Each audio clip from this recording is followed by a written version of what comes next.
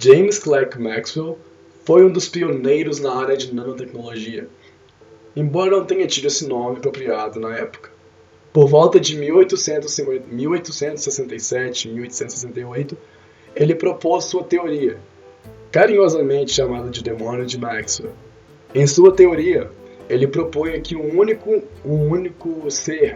indivíduo muito pequeno seria capaz de controlar outras partículas e até mesmo moléculas individuais. Pouco mais tarde, em 1956-1957, o físico Richard Feynman retornou a tomar esses conceitos e atribuiu o nome em si de nanotecnologia. Por volta de 1980, dois físicos da IBM, Gert Berry e Heinrich Homer, criaram o primeiro projeto prático de nanotecnologia, visando incentivar e promover o uso da mesma. Eles criaram um microscópio de tunelamento, onde era possível a visualização de átomos e partículas menores. Tudo isso possível através do efeito túnel, onde era desnecessário o uso da luz. Dispensava-se então o uso da luz. Desde então, as pesquisas em nanotecnologia só vêm aumentando, estando bastante frequentes em teses e artigos de mestrado e doutorado em ciência da computação. Além disso, o uso da nanotecnologia está presente em mais de 800 produtos dos dias de hoje, sendo a maioria deles em processamento de computadores e componentes eletrônicos. Além disso, há indícios e usos em medicamentos e cosméticos. Bem, vou explicar um pouco dos conceitos básicos da nanotecnologia. A nanotecnologia ela é o estudo da matéria numa escala atômica ou molecular. Suas estruturas são definidas entre 1 a 100 nanômetros e essa escala pode ter uma ou mais dimensões. Sua área de atuação inclui o desenvolvimento de materiais e componentes e está associada a diversas outras áreas. Entre elas nós podemos citar a medicina, a eletrônica, a engenharia dos materiais e diversas outras áreas. Criada no Japão, seu princípio básico é a construção de estruturas e novos materiais a partir de átomos. Veja alguns exemplos.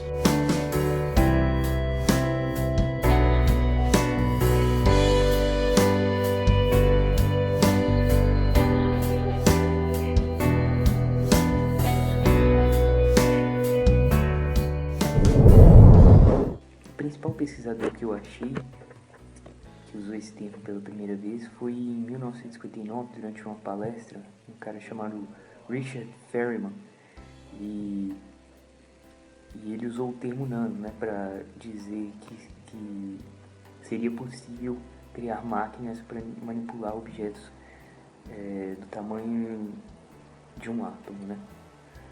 Depois de 1980, um cara chamado Eric Drexler popularizou esse termo, né, também com o mesmo conceito de máquinas que manipulariam e controlariam partículas do tamanho de um átomo.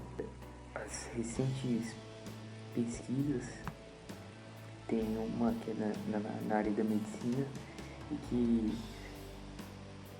diz que através de nanopartículas seria possível reconhecer as células cancerígenas e combater o câncer. Essas nanopartículas injetariam uma droga nas células, nos tumores cancerígenos e destruiriam, né, na área militar. E o exército dos Estados Unidos escolheu o MIT para fazer pesquisas nessa área, para desenvolver uniformes praticamente invisíveis e também roupas leves. Quando um soldado quebrar uma perna ou quebrar um braço, que fique rígida essa parte, que facilitaria a locomoção. Obrigado, é isso aí.